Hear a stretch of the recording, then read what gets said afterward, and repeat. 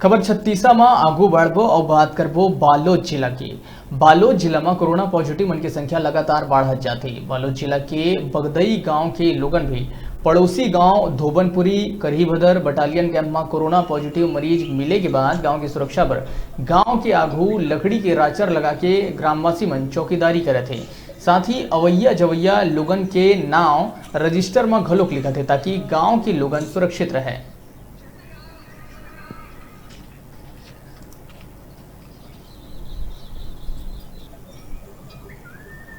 सुरक्षा को ध्यान में रखते हुए ये बैरिकेड लगाया गया है ताकि आसपास के गांवों में जो कोरोना पॉजिटिव मिल रहे हैं उसके मद्देनज़र रखते हुए हमारे ग्राम के जितने प्रमुख हैं ग्राम के सहयोग से ये बैरिकेड लगाया गया है। गांव में बैरिकेड लगाने के आशा ये है कि आसपास के गांव में कोरोना पॉजिटिव मिला है तो मैं सुरक्षा के लिए मैं बैरिकेड लगाया हूँ। आसपास के गांव में कोरोना पॉजिटिव पाया गया है, इसलिए अपन सुरक्षित रखने के लिए अपने गांव में ग्राम पंचायत पूरा ग्राम समिति मिल करके कमांडो मिल करके ये सब बैरिकेड लगाए हुए हैं। कब से लगाए हैं?